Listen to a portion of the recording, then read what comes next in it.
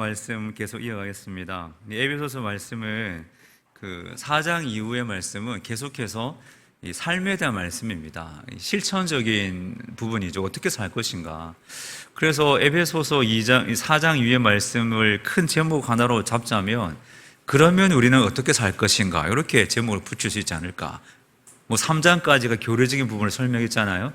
그 4장부터는 굉장히 또 구체적으로 많이 언급을 하고 있는데, 그러면 우리는 어떻게 살 것인가, 이 제목을 붙여놓고 말씀을 이렇게 쭉 묵상하면 아주 많은 그 실천 항목들을 발견할 수가 있습니다. 오늘 본문도 같은 맥락에서 살펴볼 수가 있는데, 오늘 16절 말씀해 보시면 때가 악하니라 이렇게 말씀하고 있습니다. 때가 악하다. 이 시대가 악하다는 거죠. 에베소서가 기록될 당시에도 그 사회적 종교적 상황이 굉장히 악하지 않았습니까?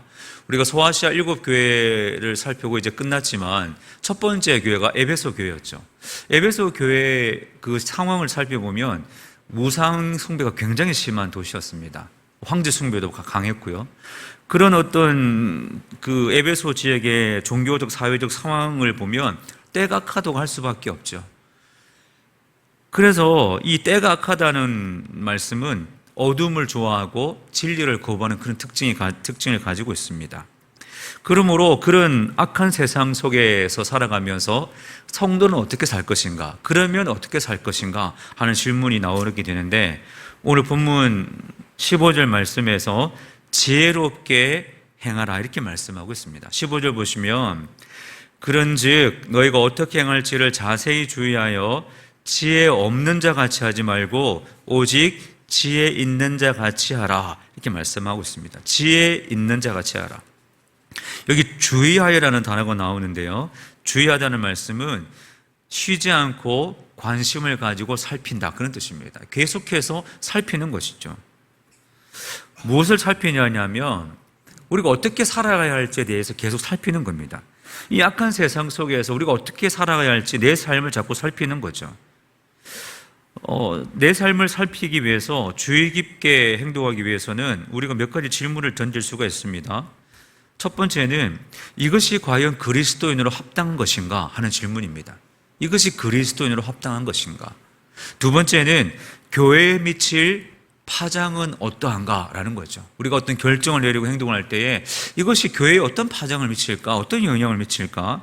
세 번째는 하나님께 영광을 돌리는 결과가 있는가 하는 이런 질문들입니다. 이런 것들을 하면서 주의 깊게 관심을 가지고 살펴야 하는 것이죠. 그러면서 우리가 어떻게 살아야 되는가, 15절 하반절에 있는 것처럼 지혜 있는 자 같이 하라 말씀합니다. 지혜 있는 자 같이 하라. 이 말씀은 지혜롭게 행동하라, 하나님 보시기에 선을 행하라, 그런 뜻입니다. 지혜롭게 행동하는 것, 하나님 앞에서 선을 행하는 것이 악한 때를 살아가는 성도들의 삶의 모습이라고 말씀하죠. 그리고 오늘 16절 이하의 말씀에 보시면 그렇다면 지혜롭게 행동하는 것이 무엇인가, 어떻게 하는 것이 선을 추구하는 것인가, 하나님 앞에서 선한 모습인가를 하나하나 구체적으로 언급을 하고 있습니다. 첫 번째로 세월을 아끼라고 말씀하죠. 세월을 아끼라. 16절에 보십시오. 세월을 아끼라, 때가 악하니라 말씀합니다. 세월을 아끼라. 이 아끼라라는 단어는 값을 지불하고 산다, 그런 뜻입니다. 그냥 우리 한글 개역 개정 성경에는 아낀다라는 단어로 기록되어 있지만 이 원어 성경은 굉장히 그보다 더 큰 의미를 가지고 있습니다. 그래서 이 원어의 의미를 살려서 번역을 하면 속량이라는 단어로 번역을 할 수가 있습니다. 속량. 여러분 속량 많이 들어서 아시지 않습니까? 우리가 죄인이죠. 죄인이면 우리 죄의 문제를 스스로 해결할 수가 없습니다. 누가 해결해 주셔야 됩니까? 예수 그리스도죠. 예수 그리스도가 오셔서 우리의 죄를 대신해 십자가를 지시고 죽으셨습니다. 그래서 우리가 구원받았죠. 우리의 구원이라는 것은 예수님께서 대신 죽으심으로, 대신 희생하심으로 얻어지는 것이 우리의 구원입니다. 그래서 이 아낀다라는 단어가 가지고 있는 깊은 뜻은 대가를 지불하고 희생을 지불하고 산다, 그런 뜻입니다.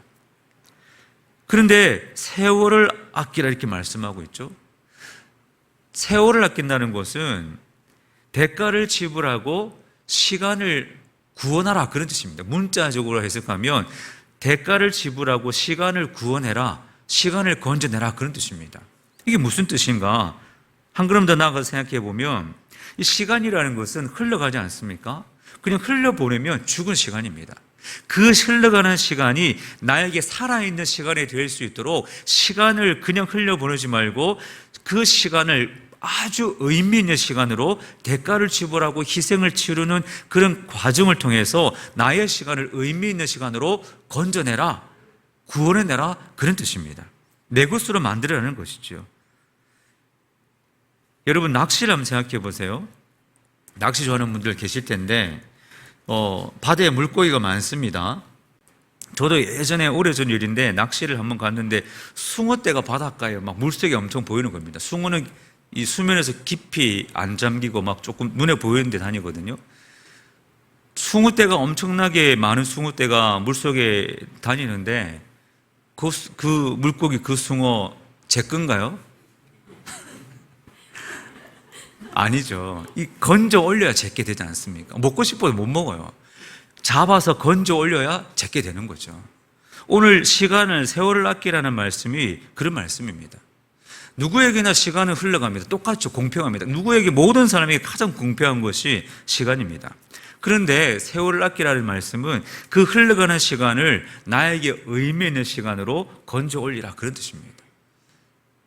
신앙에서 연결시켜보면 나에게 주어진 시간들을 하나님께서 기뻐하시는 시간으로 만들어가라, 그런 말씀이죠. 무엇으로 채워가야 됩니까? 하나님을 위해서, 이웃들을 위해서 내가 무엇인가 할 것들을 생각하고 헌신하고 예배하고 말씀 앞에 서고 기도하고 하는 이런 하나님을 위한 시간들을 내는 것이 세월을 아끼라는 하나님의 말씀입니다. 자칫 잘못하면 에베소 상황에서 보면 세월을 아끼지 않고 그냥 흘러가다 보면 그냥 그 사회 분위기에 흘러가서 휩쓸려서 자기도 모르게 시간을 그냥 보내게 되어 있습니다.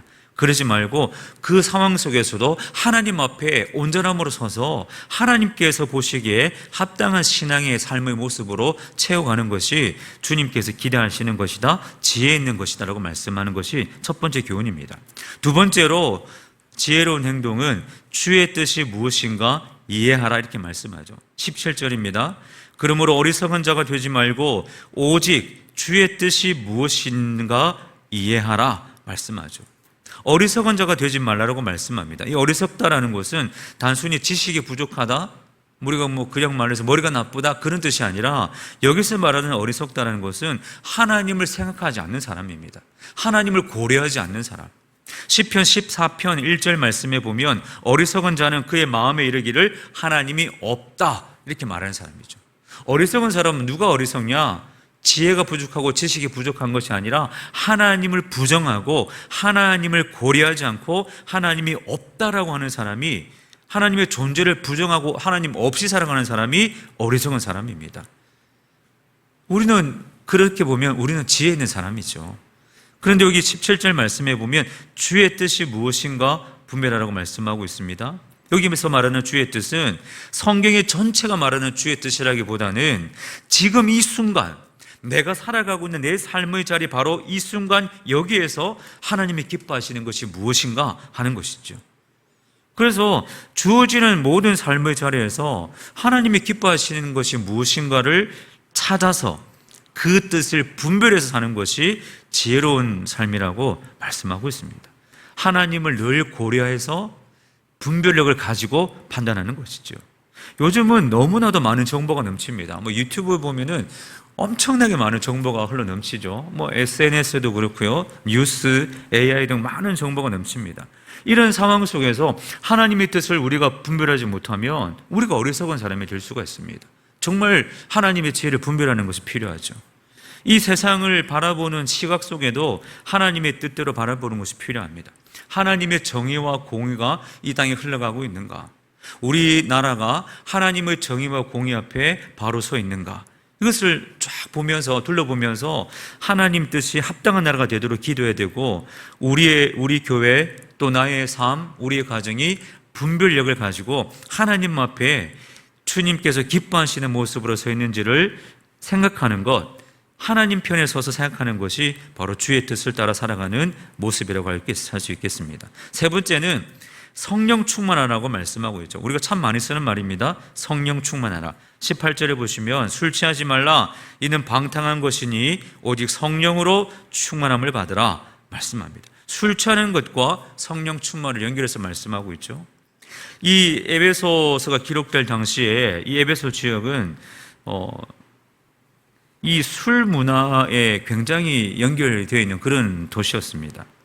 이 핸드릭슨이라는 분이 당시 헬라 세계, 이 헬라 세계의 이방인들은 굉장히 술을 가까이 한 사람들이었는데 왜 그렇게 했는지를 몇 가지 이유로 이렇게 설명하는 것을 볼 수가 있습니다.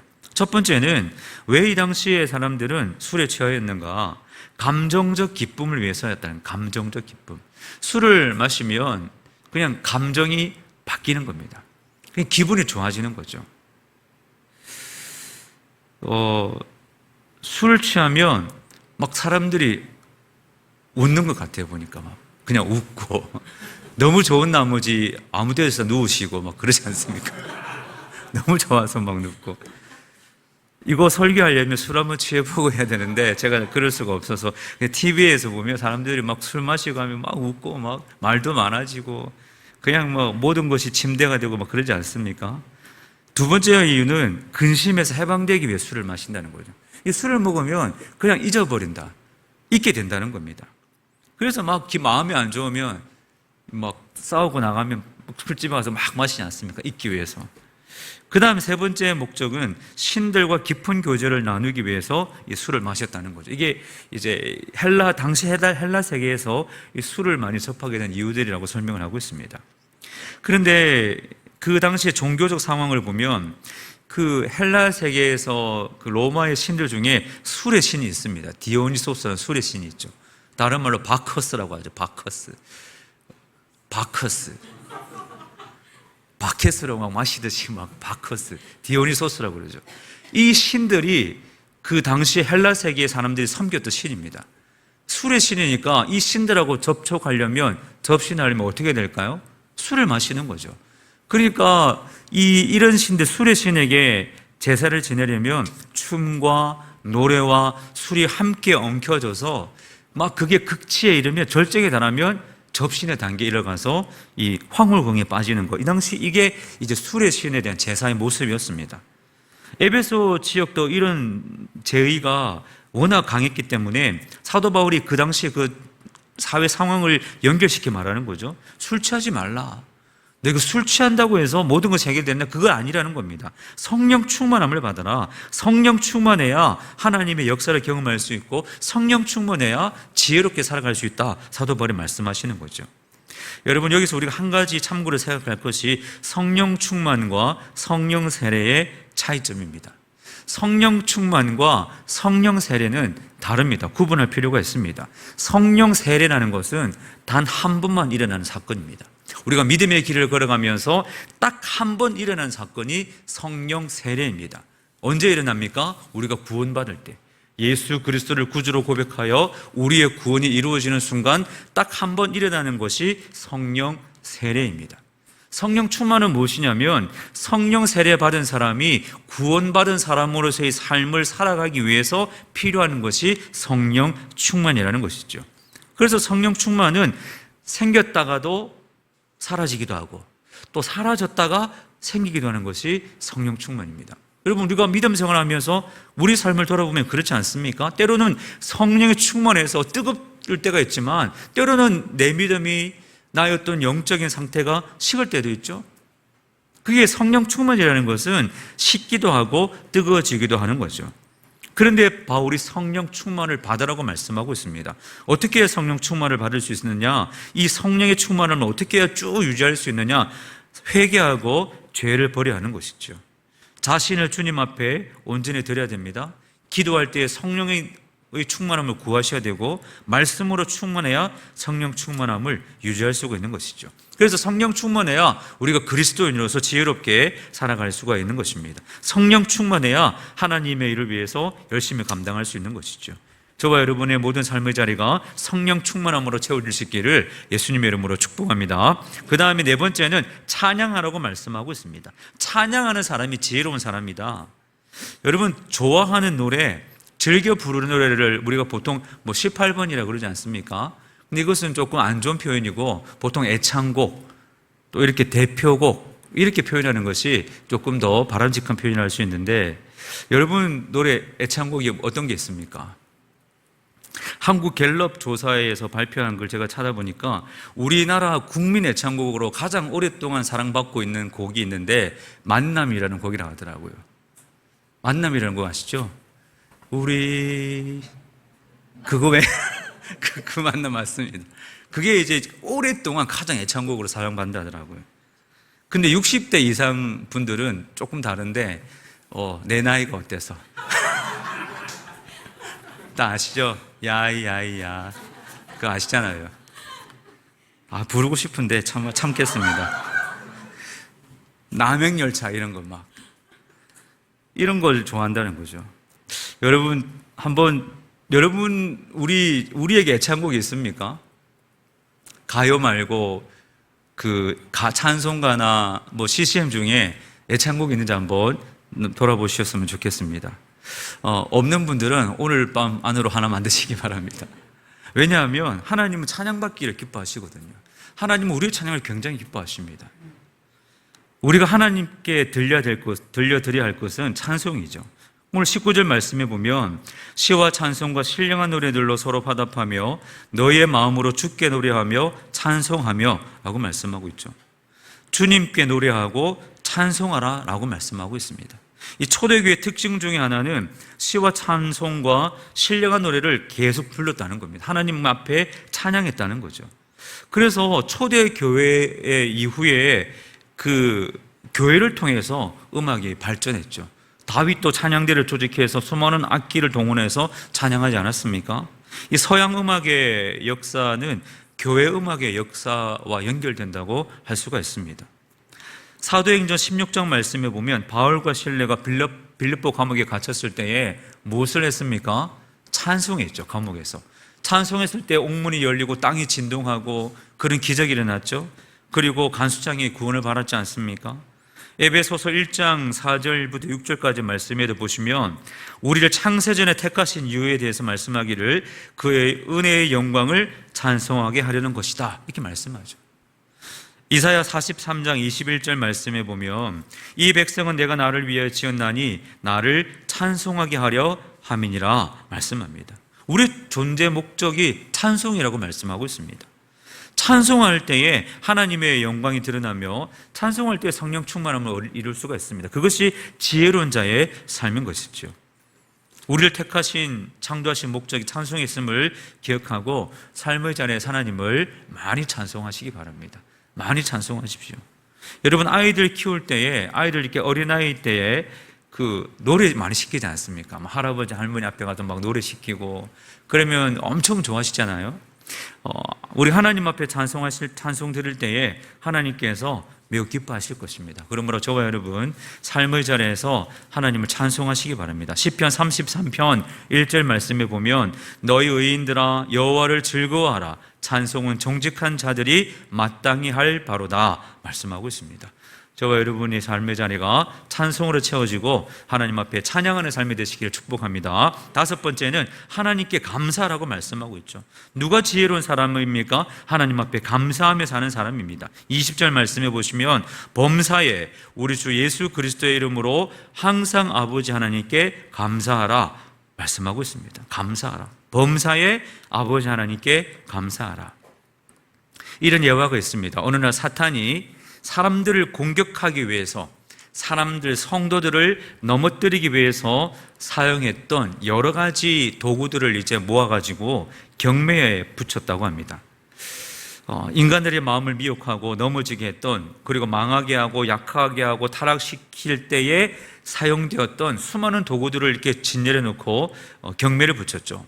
거기에는 시기심, 고집, 욕심, 보복심, 미움, 교만, 혈기, 열등의식, 이런 다양한 도구들이 있었습니다. 이런 것들 가지고 이 사탄이 많은 성도를 넘어뜨렸다는 거죠.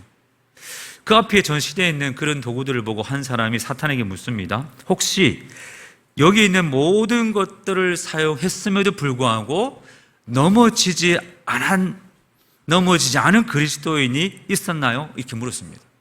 이 모든 도구를 다 사용해도 넘어지지 않고 실패하지 않는 그리스도인이 있던가요? 라고 물었더니 사탄이 이렇게 대답합니다. 여기 있는 모든 도구를 다 사용하여도 넘어지지 않는 사람이 있었습니다. 그들은 누구냐면 항상 범사에 감사하는 사람들이었습니다. 그렇게 대답했다는 거죠. 감사하는 마음을 살아가지고 사는 사람들에게는 이런 무기가 아무 효력이 없었습니다. 그렇게 대답했다는 겁니다. 성경은 많은 곳에서 감사라고 말씀합니다. 범사에 감사라고 말씀하고 있죠. 여러분 한번 생각해 보세요. 범사에 감사하라라는 말씀은 무슨 뜻입니까? 모든 일에, 즉 범사에 감사할 거리를 두셨다는 뜻입니다. 하나님께서 감사할 이유도 두시지 않고 감사하라고 명령했겠습니까? 아니죠. 범사에 감사하라는 말씀은 그 범사에 분명히 감사할 거리가 있다라는 말씀입니다. 그걸 찾아내는 것이죠. 또한 다르게 생각하면 범사에 감사하라는 것은 감사하도록 하나님께서 은혜를 주시겠다라는 약속입니다. 거기에 감사할 이유를 이미 두셨고 거기에 감사할 은혜를 주시겠다는 약속, 이것이 하나님 이 말씀 앞에 포함되어 있는 하나님의 뜻이라는 거죠. 그러므로 감사할 이유를 찾아가시기 바랍니다. 여기 감사하다라는 말씀은 은혜를 말한다는 뜻이 포함되어 있습니다. 은혜를 말한다. 감사를 말한다는 말 속에는 하나님께서 베푸신 은혜에 대해서 말하는 거죠. 그래서 여러분 하나님께서 베푸신 은혜를 기도 시간에 많이 고백하시기 바랍니다. 기도 시간에 우리의 간구함도 고백해야겠지만 하나님 앞에 하나님께서 주신 은혜를 고백하는 시간도 많이 가져보시기 바랍니다. 주님께서 그 고백을 기뻐하시는 거죠. 범사에 감사함으로 지혜로운 길을 걸어가시기를 축복합니다. 마지막으로 6번째, 피차 복종하라고 말씀하고 있습니다. 피차 복종하라. 복종하라는 말씀의 그 의미는 무엇의 아래에 두다라는 뜻입니다. 아래에 둔다 그런 뜻입니다. 즉 상대방에게 복종한다는 것은 상대방보다 내가 밑으로 아래에 낮은 자리에서 섬기는 것이 복종하는 것이죠. 예수님께서 보여준 섬김의 모습 아닙니까? 예수님은 우리를 위해 죽기까지 복종하셨습니다. 그러므로 예수 그리스도의 마음을 품게 될 때에 다른 사람을 섬기는 삶의 자리가 되는 것이죠. 갈라디아서 5장 13절 말씀해 보시면 오직 사랑으로 서로 종노릇하라. 사랑으로 종노릇하라고 말씀하고 있습니다. 성령은 우리를 하나 되게 하셨죠. 우리 에베소서 1장부터 3장까지 말씀의 주된 내용이 하나입니다. 하나. 교회는 하나이죠. 예수님이 머리시고 모든 성도는 몸으로 있는 지체입니다. 우리는 다 하나이죠. 그렇기 때문에 하나된 교회 안에서 우리는 서로 복종하고 서로 낮은 자리에서 섬기는 그런 믿음의 길을 보일 때에 바로 그것이 지혜로운 자의 모습이고 지혜로 역사하시는 교회의 모습인 것이죠. 서로 다툴 것이 아니라 피차에 복종하는 것이 필요합니다. 그리스도를 경외하듯이 다른 사람을 섬기는 것이 우리가 걸어가야 할 지혜로운 자의 길이라는 것을 말씀을 하고 있습니다. 섬김만 받으려 한다면 약해질 수밖에 없지만 서로 섬긴다면 더욱더 단단하게 세워지는 것이 영적인 원리인 것이죠.